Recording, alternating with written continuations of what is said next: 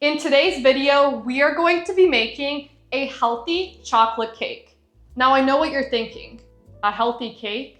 But you'd be surprised at how soft and chocolatey this cake is without the use of refined sugars, eggs, dairy, or gluten. So let's get right into the recipe.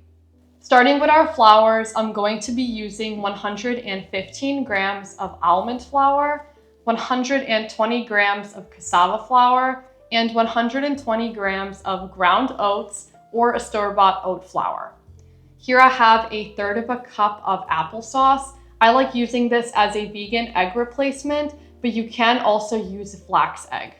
Here we're going to be using about 1 teaspoon of baking powder. I have 4 medjool dates, which we're going to be soaking in hot water later, and I've just taken the pits out already. Here I have about 3 tablespoons of cocoa powder. This will obviously give it the chocolatey flavor. You can add more though if you want a stronger chocolate. Here I have 2 tablespoons of almond butter. You can also use peanut butter, a 1/4 cup of maple syrup, 1 cup of soy milk, and 1 teaspoon of vanilla extract. And that's going to be all for the cake base. And for the frosting part, we're going to be using 1 avocado. This is going to be the main ingredient and it's what's going to give it that nice creaminess. Here I have about a 1/4 cup of coconut yogurt, about 2 tablespoons of cocoa powder, 2 tablespoons of maple syrup for sweetness, and half a teaspoon of vanilla extract. And that's going to be all of our ingredients.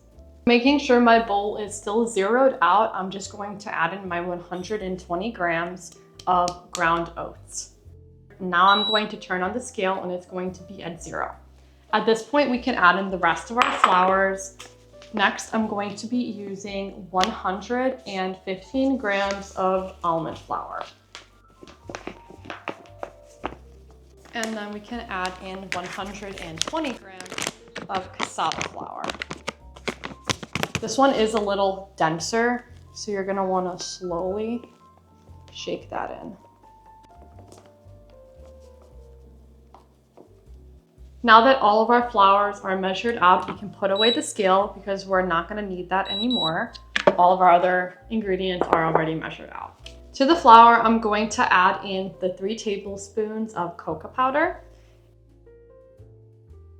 And I'm just going to mix this in well using a whisk. Now that this is all ready, we can set this aside and we're going to prepare our wet ingredients. So here I have the 4 medjool dates from earlier, which I already said I took the pits out. And over this, I'm just going to pour some hot water and we're going to set these aside and let this sit for about 5 minutes. This is really going to soften up the dates and then we can mash it and incorporate it with the rest of the wet ingredients. To a large bowl, I'm going to add in my 1 cup of soy milk. I like using soy milk because it adds a little extra protein, plus it gives it that nice and creamy flavor. Next, I'm going to add in a 1/3 of a cup of applesauce. Just making sure to get all of that in there.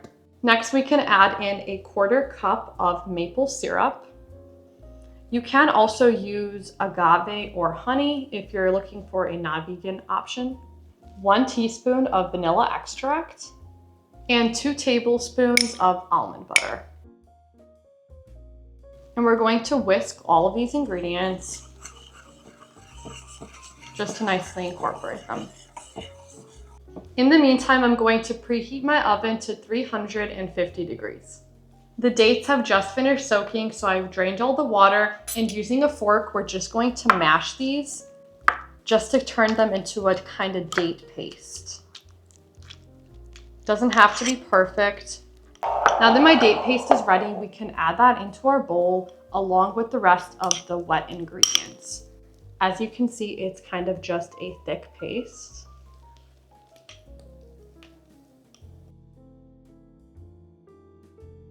And you're going to whisk this in as well.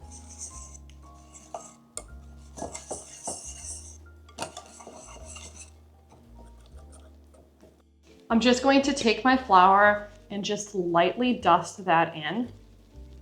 You want to go a little bit at a time, and then you can just mix that in.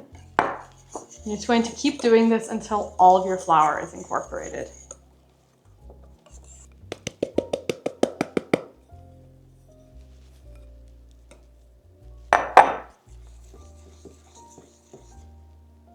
I'm out of soy milk, but I am just going to add in just a small splash of coconut milk just to dilute it just a tad more.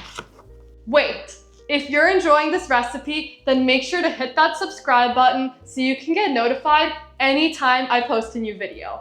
Now let's get back to the recipe.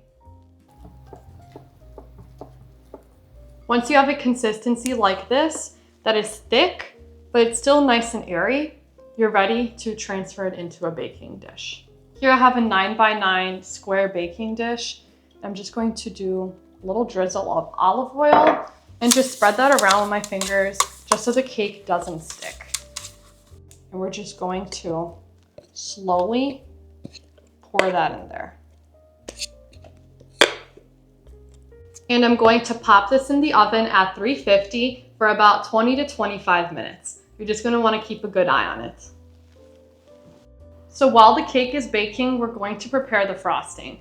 I've just cut open my avocado and I'm just going to take all of the inside and just scoop that into my blender.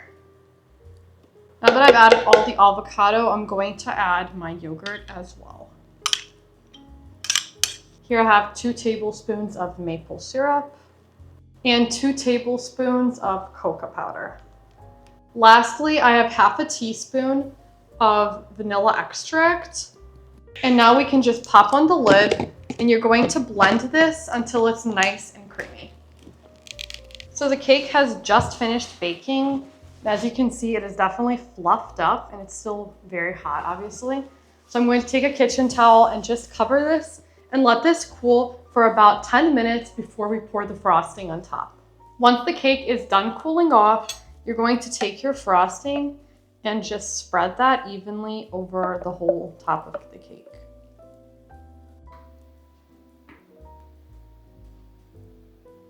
Once you've spread the frosting evenly everywhere, you can add on pretty much anything you like. I'm going to add some shredded coconut and some fresh fruit on top. I just like drizzling a little bit of shredded coconut everywhere. And here I have just some raspberries that I've washed. Just going to add some of these on top as well.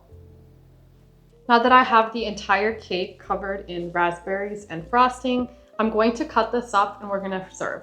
I'm going to cut this into 9 equal pieces, and every slice has 310 calories, 6 grams of fiber, and 7.7 grams of protein, making it a high protein dessert. And using a spatula, I'm just going to take out a slice to serve.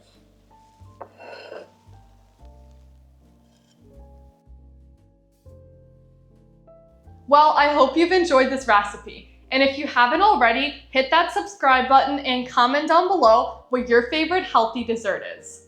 See you next time.